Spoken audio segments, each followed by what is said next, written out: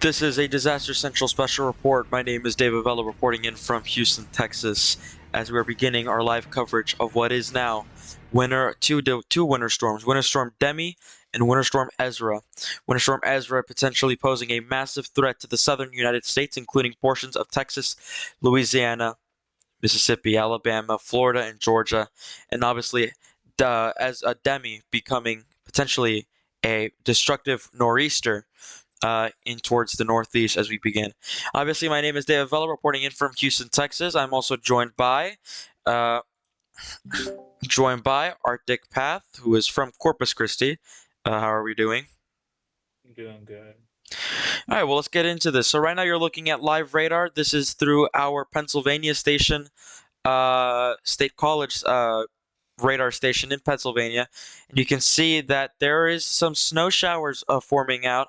It was originally some sleet, but because of the cooling temperatures from nighttime, nighttime temperature drops, it's pretty much converting into snow. It's heading more generally towards a southeastern direction, um, and areas that could be in the line for snow. Some snow bands would be Lock Haven State College, Lewistown, Milton, Watsontown, Williamsport.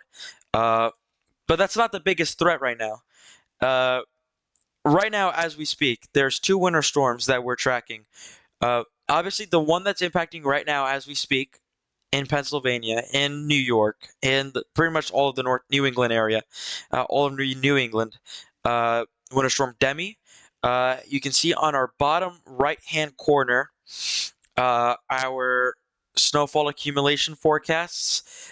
There we go. So you can see New York 3 to 5, Washington D.C. 2 to 4, Boston 1 to 3 inches of snow, and then it goes like that, and it scrolls by like that. Dangerous cold weather for the south. Let's talk about Ezra really quickly. Ezra, and you're looking at a live shot. You're looking at a live shot of Houston, Texas, um, where oh, sorry about that. I don't know why that's playing that. Uh, You're looking at a live shot of Houston, Texas soon. Once I can close up this out, uh, and you can see right now it's pretty cool here, 52 degrees. Um, Pretty much winds beginning to blow off in towards our area. Here it is, uh, and let me get rid of that graphic. I haven't got a clue why that's there. Let me just.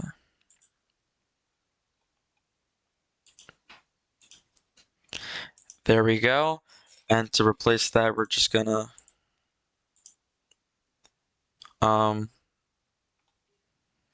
if I can find it there. There you go. So there you see, that is Houston, Texas right there. The skyline, looking at the skyline. You can see the camera kind of shake a little bit from the winds. The winds are increasingly getting bigger, or stronger, as I should say, sorry. Um, and yeah, these are the snowfall accumulations. Houston is under a massive threat for a winter weather going Monday night, going into Tuesday, and likely going until Wednesday. With the main event being snow, sleet, freezing rain for Houston, Texas. And they're not the only ones. Baton Rouge, New Orleans, those areas are likely going to be on the heaviest brunt of a winter storm Ezra, as we are forecasting them to see anywhere from 3 to 5 inches of snow. Some areas could see 5 to 8, depending on the snow bands. But Arctic, I'm sure that you living in Corpus and having members in Houston, you know, I'm sure you've been watching this. What do you think about this whole event? Yeah, so really it's really timing. It's just gonna determine like what each area gets when the cold air comes in, gets it cold enough or the thermodynamics get good enough to where you could get winter precipitation. I would expect the most southern extent going to Corpus really. See, like this pretty much a glazing, I would say, is like the most likely outcome. Either it's glazing or it's like just barely. Because like It is gonna be raining. So in Corpus gets the moisture first around, I think it's around 6 p.m. ish with like just light rain, like continuous light rain. And then it just matters because if it gets below freezing, then that will transition to freezing rain at some point whenever that happens. And that'll happen for the area too. So that for the area from like near San Antonio ish area. Once the moisture like gets out and spreads more north and gets to San Antonio, that will convert to then freezing rain, which could on I saw some on the Weather Prediction Center having it around maybe possibly a tenth of an inch maximum. Really, I think WPC had like a 20% chance of that happening, but that's really the higher end. The area then what will happen is the moisture will then affect over most of the southern Texas region. Up here, then like it'll be widespread, and that's where the chance for the freezing rain for Houston from like San Antonio to Houston, that wide area comes in. That's where timing can be important there, and temperature and thermodynamics can be important because that would determine what you get. But it's more likely probably going to be sleet or a wintry mix of some sort when it goes over Houston and the valley. Yeah, and again, this is such a complex system because of multiple factors, mainly being a lot of this event will be from the coast. And as we've seen time and time again, when you have winter storms developing off the Gulf Coast, it can only be as a matter of temperature change where you can see that switch between some normal cold, some harsh cold rain to a wintry mix and then to snow. So forecasting these snowfall accumulations, at least for the Gulf Coast and the Gulf states, is going to be really based on um, temperature outlooks, timing of this event. Now, going into for example, areas such as in Baton Rouge or in areas like in Montgomery, Mississippi, right? Uh, or Alabama, Montgomery, Alabama, or Mississippi, one of those two states. Uh, it becomes more increasingly confident because you're not dealing with the Gulf Coast as much.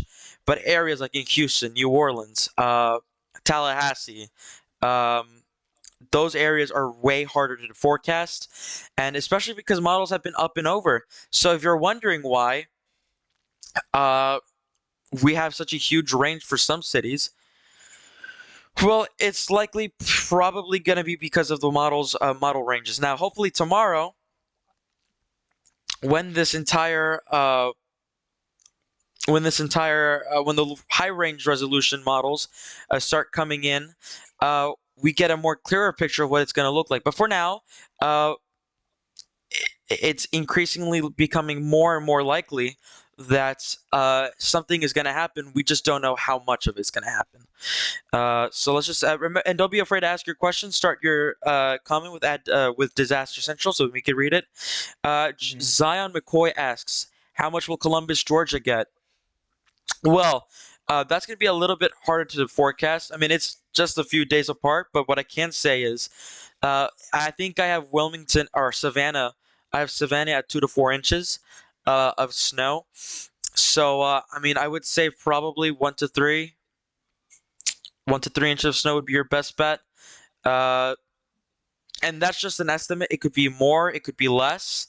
So just understand that these are going to be prone to changes constantly. So again, our biggest concern right now is going to be obviously is Demi because Demi's happening like right now, but uh, as we speak right now, and what you're looking in right now uh, is Winter Storm Demi. Ezra will be a big threat coming in towards tomorrow, Monday, inaugural day. Um, Demi right now is our biggest threat, and you can see here that snowfall accumulations are probably piling up. If you are in the central northern Pennsylvania, you are seeing the snowfall begin to accumulate. Now, after that, the future, we can't tell you. I don't know. It just all depends on what the models are looking like. So yeah, that's what we can say in general. Arctic, any more comments to add about maybe why the models have been so inconsistent with this? Like that's really comes down to the temperature. Like the GFS had some weird temperature things like a while ago. Like I remember it was like Mile Runner 2 where it like completely just like deleted the event basically, which was off of just temperature. And then now it's really there's a lot of like looking at most of the models, there is a lot of different thermodynamic structures. Because for snow, snow needs to stay below freezing the whole time it falls down, and then sleet is it melts at some point, then it refreezes at some point when it's falling down, and that comes down as ice. And then freezing rain is where it goes all the way down, and then it freezes to the surface it lands on. Hmm. So it really just matters that, and we'll probably like models will probably have more like consistency and like will like shit be consistent across one another probably in like coming few days. So that's probably when you could get the amounts as well as it knows when it's like gonna switch over and how long it's gonna last. Yeah, and again, pretty interesting forecast coming in. Again, the biggest key messages and the biggest event that we're seeing right now and in the future is that the South is preparing for some dangerous cold weather. Obviously, the Northeast is going to have some problems too, but they're more prepared than the South is. And that was the biggest example I could think of right now is 2021. Now, given 2021 was more of an extreme type of event, but uh, I mean, it just really shows. I mean, look, there was this statistic I saw that the last inch of snow that fell in Houston was 2003, and the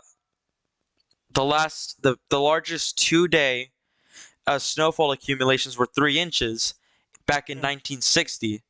So, um, so pretty much this does not happen all the time, and when it does happen, those consequences can be deadly. There was this estimate from 2021 suggesting that maybe um, I think there was the estimate estimating 200 to about 900 people that died in the Houston area alone from that winter storm. And I mean, I wouldn't be surprised. I mean, coming from a Houstonian myself, we're just not prepared for these type of things. Our power grid is not prepared for these type of things. So the question is going to be, and that's another big concern with this. It's going to be how the power will handle this, because it won't be as extreme. The ice accumulations and the snowfall accumulations won't be as extreme as 2021. But then the question will be, then how much can the power grid handle? So that's another big question. Uh, Hopefully, we are more prepared than now. Uh, we're more prepared than that than they're used to than it was back in 2021. But time will tell. Only time can tell. And accumulations, we won't get an exact amount probably until Monday, or an accurate amount probably until Monday, or something like that Monday. But I do want to mention that there are school cancellations going on around Southeast Texas. And in my personal opinion, I think that schools should be canceled in these areas purely because of the very confusing setup. Because, it could say it could snow, but if it's freezing rain,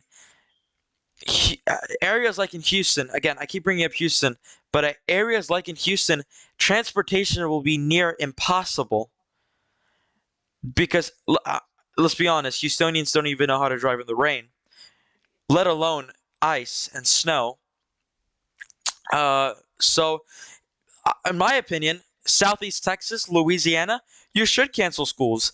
Louisiana, especially, because you could be seeing some estimate ranges going from 5 to 8 uh, inches of snow. Those are rare numbers. Louisiana could be in the brunt for some of the biggest snowfall accumulations in this Winter Storm Ezra. So uh, that's what we can say for now. Um, it's just very confusing. It's a very concerning development overall, just purely because of how much uncertainty there is within the models. There's consistency about there's going to be something, but the uncertainty is how far north or how far south, how much or how less. So those are the type of questions that we'll get a clearer picture beginning tomorrow.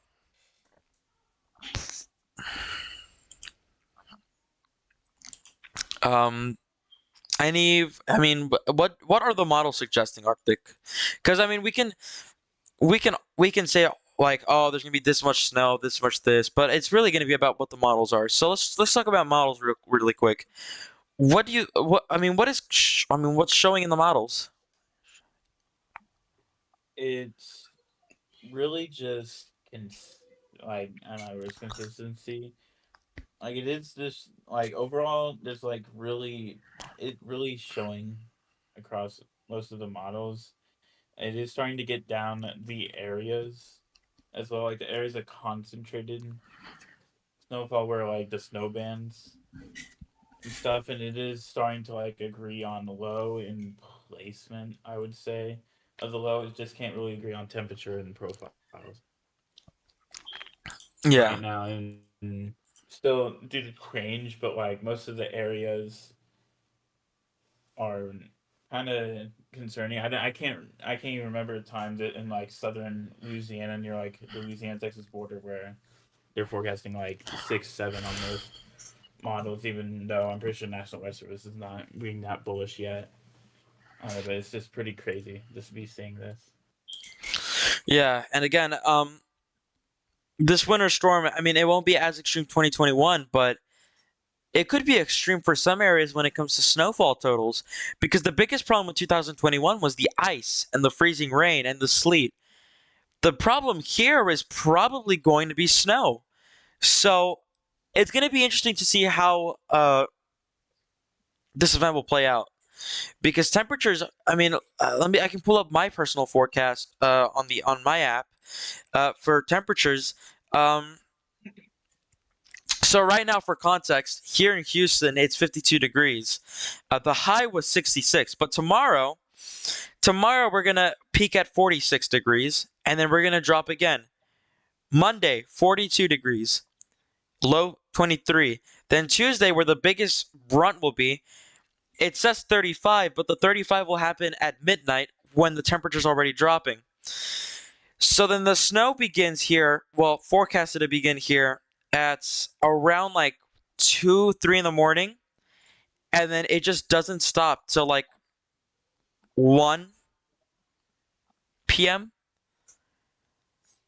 Which, if that were to happen, that would be very concerning for multiple reasons. Again, Winter Storm Uri, that's the name. Winter Storm Uri didn't produce snow. It was sleet and freezing rain. This will be snow, and at least on our app, which is bullish, by the way.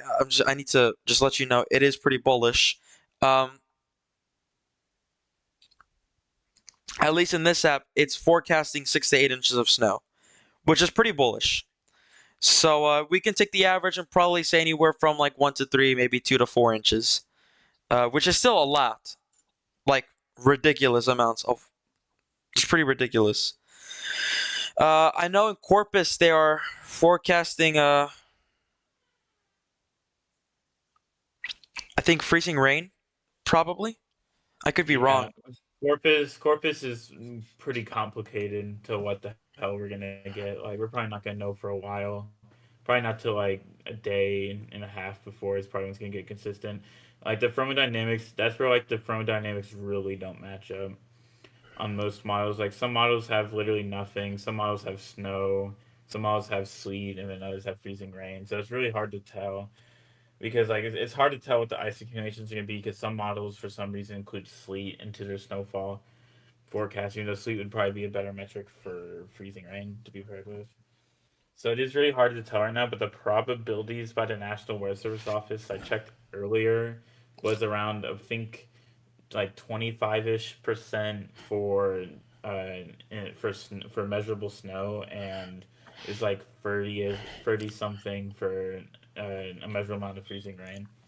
So like there's just a lot of uncertainty for like basically from like the Corpus area, like anywhere along the coast up to like Matagorda Bay is pretty uncertain. I think, yeah, those are really well said words. Corpus is pretty complicated. At least National Weather Service Houston has the I think we are at 90% of measurable snow, um, and 90% for measurable freezing rain. Which, again, you don't see these type of numbers here in Houston. Uh, you'll see these type of numbers when it comes to rain, especially at this time, spring, summer, not fall, but winter, spring, summer, a lot of rain here, not snow. And again, you're looking at that snowfall accumulations tab, 2 to 5 predicted for some areas of Houston, uh, 6 to 8 in Baton Rouge, 5 to 8 in New Orleans. I mean, these numbers are pretty bullish, but it's crazy that we're getting to totals that could be near that in the first place. Um, I mean, look, I don't know what to say. It's crazy. Let's take a look at Houston really quick on our radar. Um, so there are winter storm watches. I think there's winter storm watches. There is. Yeah, so there is winter storm watches for I believe the Baton Rouge area or Lake Charles area. And there is basically for the entire National Weather Service Houston office area. Yeah. So winter storm watches have already been uh forecast or issued. Looking at Houston radar, not much going on. There's some storm showers down south near the Gulf Coast, but that's pretty normal. Radar looking pretty clean. Pretty clear skies. You can see it through our live cam whenever we show it up again. But pretty clear skies. Um, so it's stuff like this. So the reason for that major temperature change, it's because of clear skies. So in meteor, and maybe Arctic can explain it more, but for general rule of thumb is that when it's cloudy, temperatures tend to be stable because I mean clouds act as a warmer, for example, or a shield from like the extreme temperature changes. Arctic can probably explain that more, but they kind of It matters. It really like it's a complicated subject for that, but most of the time it does tend to cool down with clouds. Like the high doesn't get as high, but that won't stop it from still heating up. And sometimes like it just matters. Like there's a bunch of things like the amount of cloud cover, and it gets pretty complicated from beyond there. But like as I said, like yeah, that's all I'm gonna comment. I can't think of anything well, else. I'm saying about the cold because at least through the people that I watch, David Paul from KHOU or Tim Pandejas when he used to do KHOU weather, they would say that like if it's cloudy, temperatures will probably not be as high or as low. But especially during wintertime when you have those sunny skies or those clear skies, you are in for a big temperature change. Look at the camera. The camera's shaking. That's It's wind, folks. It's pretty windy, folks. Our winds right now are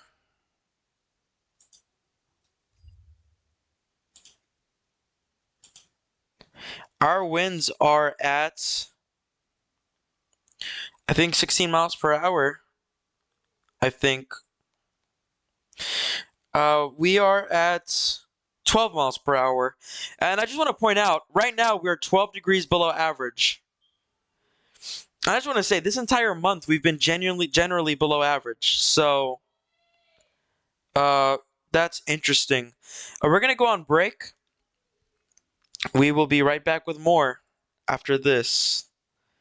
Whenever I find the the uh, we're not. We're still live. We're still live. I just gotta find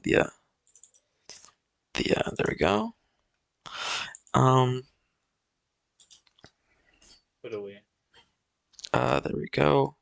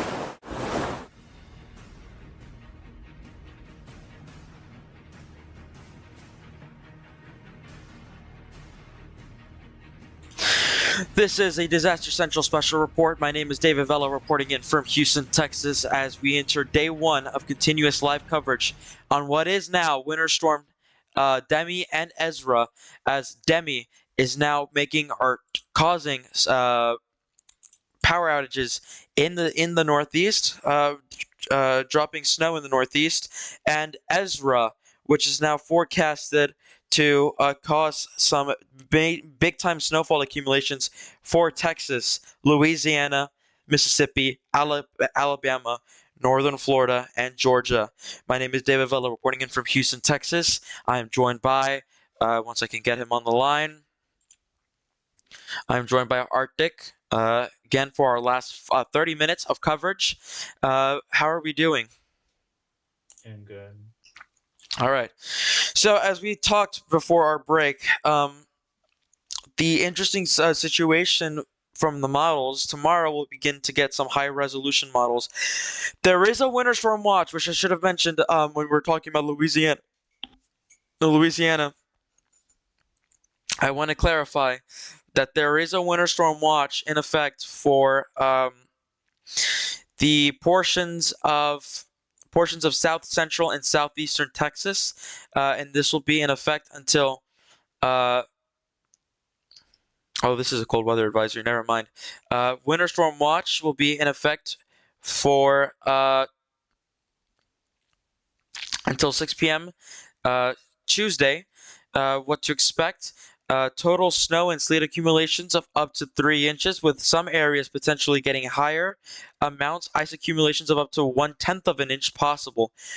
Portions of south central and southeastern Texas again are likely to get this.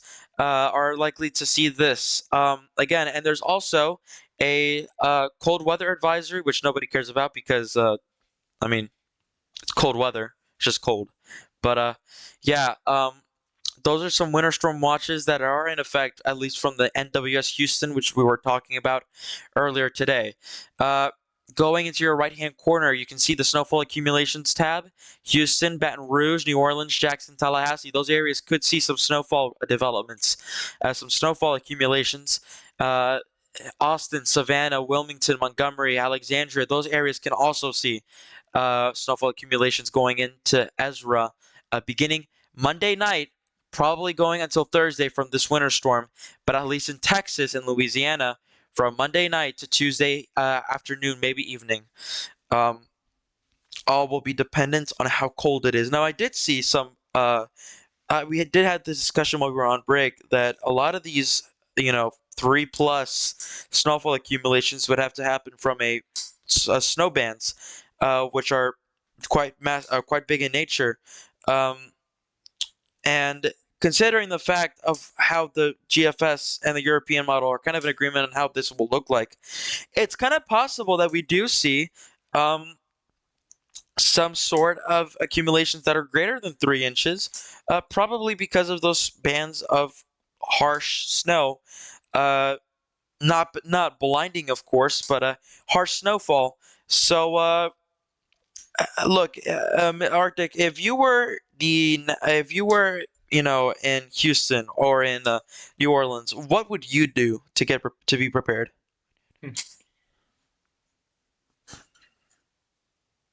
Well, there's mainly you got to protect the 4 Ps, which is people, pets, pipes, and plants. Hmm. And it really matters how hard the freeze is going for pipes, but you want to like wrap the pipes with insulation. I'm pretty sure you could get them off of Amazon. While you're still far off, you could get them off of Amazon and stuff instead of going to like a local hardware store or Walmart to get some. And then what you want to do is you want to remember like safety, like never try to like heat up with your car below. You don't want carbon monoxide poisoning. You want to have like your generators outside instead of inside if you need to use them. And yeah, and be like always be prepared for the power to go out. Have like non-perishable food, water, all that type of stuff. And that's all I'm gonna comment. That's all I do. Yeah, and again, given the current situation, how things are looking like, those are definitely things you want to prioritize. The 4 Ps: people, plants, pipes, and what was the other one? Uh, Pets. You said Pets. pets. I explained. Uh, Check up on your neighbors, especially if they're old. Hyperthermia is a very real possibility, especially for those that are in Houston or Houston, Beaumont, New Orleans, Baton Rouge, pretty much all the Gulf Coast states. Frostbite is another big issue. Now, this is for more northern areas of, like, for example, Texas, Louisiana, because those temperatures will obviously be cooler. Um, Hyperthermia is a real thing. Do not try to warm up or heat up a car. Uh, Inside. Carbon monoxide is a real thing. In 2021, a lot of people in Houston died from carbon monoxide poisoning. You can't smell carbon monoxide, so it's pretty much impossible to detect it. So play smart, be smart, and don't heat up your car inside. Don't have your generator inside. Have your generators outside. Now, hopefully, by this time, at least if you are in the Gulf Coast, you've learned that generators will be essential when it comes to living in the Gulf Coast, from hurricanes. So hopefully you do have generators. But if you don't, there are certain locations within some cities that will be able to offer some shelter. Now, obviously, we say to not travel, never travel. Um, but in the case that it is an emergency, make sure you travel slowly. Go slow, because we don't want to risk car accidents, and we don't want to put fire first responders at risk as well. So, I mean, look, that's all I can say for now. Uh,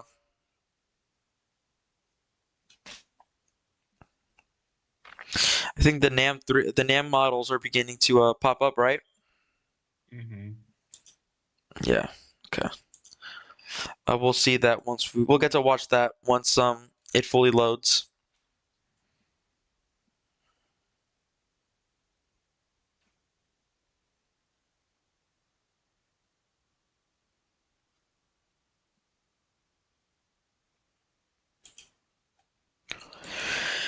And you're taking a look at Houston right now, 52 degrees. Uh, Very windy. You just saw the camera shake. That is a gust probably. Now I think this is like maybe 20 stories up. I think you're looking at the Williams Tower. I think that's where the camera's pointing at. I think, or the Williams Tower is farther. Man, who knows? It's we're looking at the Williams Tower, or some sort of skyscraper in Houston. Or this could be the medical center. Actually, now that I think about it, maybe. But yeah, you're looking at Houston. Very clear.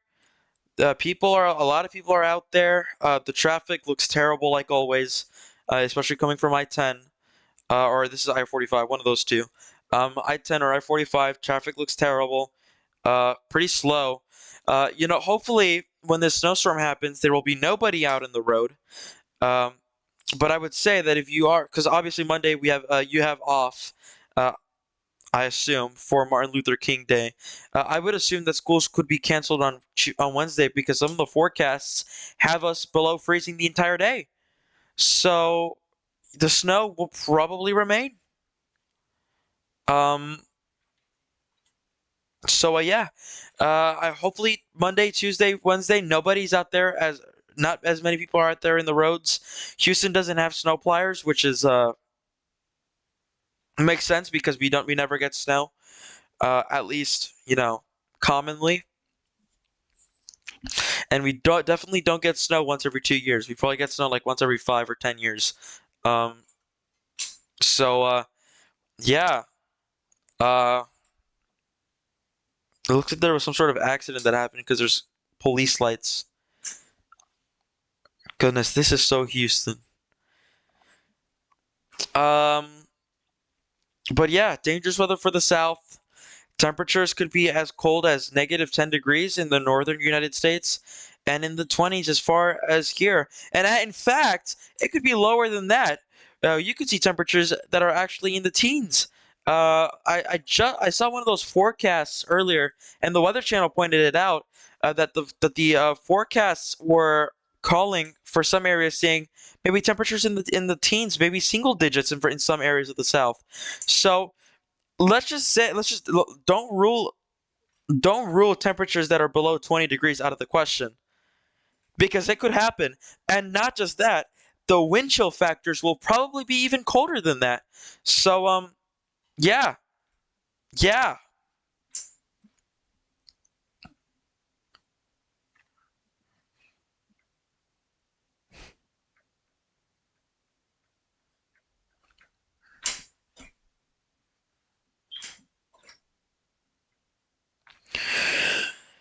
Uh, should we talk about the wildfires a little bit? Bring it up a little bit. Um, yeah. Mm, I don't really know. Like anything that spreads out, there's too many resources on the ground for, in my opinion, for anything as big as the Palisades or Eden fire to really spread out. But there's just too many resources on the ground now. It's gonna knock down anything that comes up. Even though the upcoming is a pretty strong Santa Ana event coming up, but like I wouldn't expect anything on the scale of the Eden and Palisades fire. Like there's just too much resources for something that big to happen again.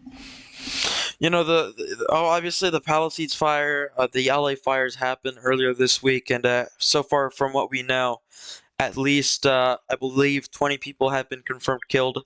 30 over 30 people have been presumed missing, have been missing, are called or are missing. A lot of these people that are missing are elderly, older people.